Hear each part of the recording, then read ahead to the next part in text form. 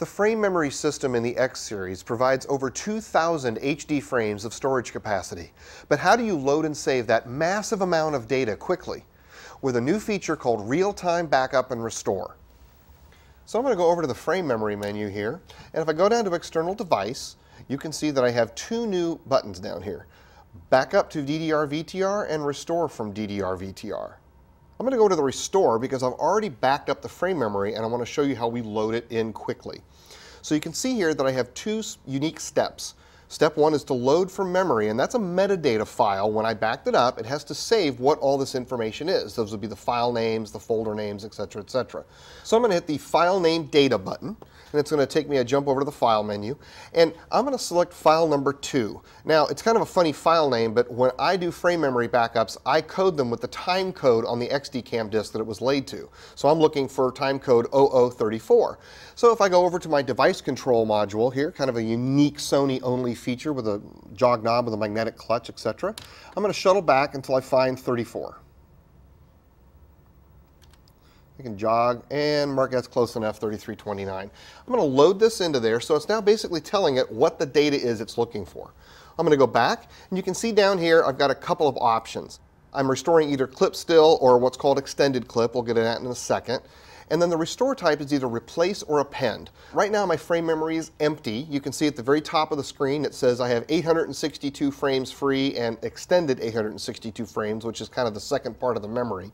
There's two different numbers that you'll see when the frame memory is empty and you're running in 1080i. If it's 862 frames, it means that I'm actually capturing the embedded audio that comes with that, which of course takes a little bit of the RAM capacity away. If I wasn't capturing embedded audio, it would say 1,030 frames on each one of those. So I'm going to replace, which would erase everything if it wasn't empty, or I can hit append, which would leave the stuff in there and then just add new items to it. So I'm going to hit replace. I'm going to restore start. And basically what this is saying is make sure your deck is queued up, and when you roll it, hit yes to start it. So I'm going to come over to my device control module, hit play, and hit yes at the same time.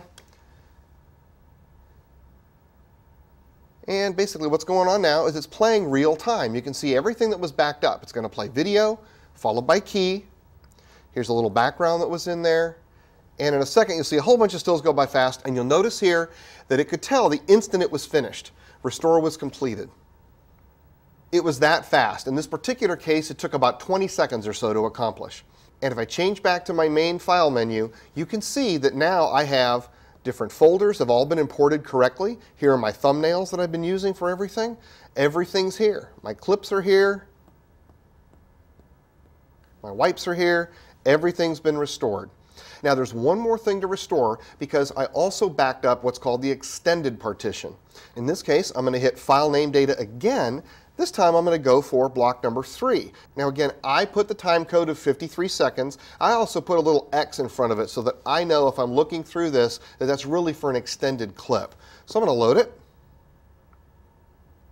And I'm going to go back. And in this case, I'm going to select Restore Enable of Extended Clip. Okay? Now, go back to our device control module, but in this time, I already actually know where that was. So I programmed the timeline effect to automatically queue it for me. So this time, I didn't have to jog and shuttle. I just queued it up, and it's ready to go. So I'm going to hit Restore Start and play and yes. And so here's the extended clip registers. Again, video, followed by video key. There's a looping, little loop later, and here's the key signal for it. And it's done. And remember, when we back up and restore using this method, the embedded audio can be backed up and restored as well. So for instance, if I go to the clip menu, go into here, you can see on this clip called CGWC, there's a little A. It means that after I restored that, the embedded audio that I had backed up with it came back. So if I recall this, come into play and hit play, you can hear the audio.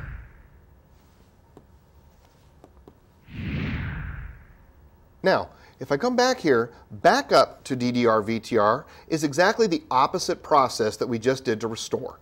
In this case, step 1 says I need to back it up. So I'm going to select what I want to back up, my clips or my extended clips. Okay? I'm going to do a backup start. Now, of course, you have to make sure that you take like an aux bus out of the switcher and send it over to a DDR or VTR with video. I'm going to hit backup start. It does a little pre-compile. You can see that this red frame came up on the screen, which is basically a flag for the system. And we'll go over here and start my XDCAM machine on record. And I'm going to hit yes.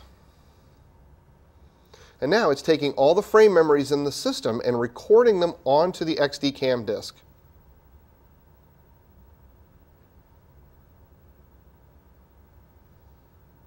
And now it's finished. I can stop my deck, finish, and now it reminds me to go to step 2, which is I got to save that data somewhere. So I'm going to hit the File Name Data button, and this time I'm going to select slot 4, and I'm going to save it. And just because I like to do things nice and tidy, I'm going to figure out where it was. It was about 101. I'm going to hit File Edit, Rename, and I'm going to call this Main for M. For me, that's my code for main. And I'm going to call it 010100. That way later I can figure out what the time code is.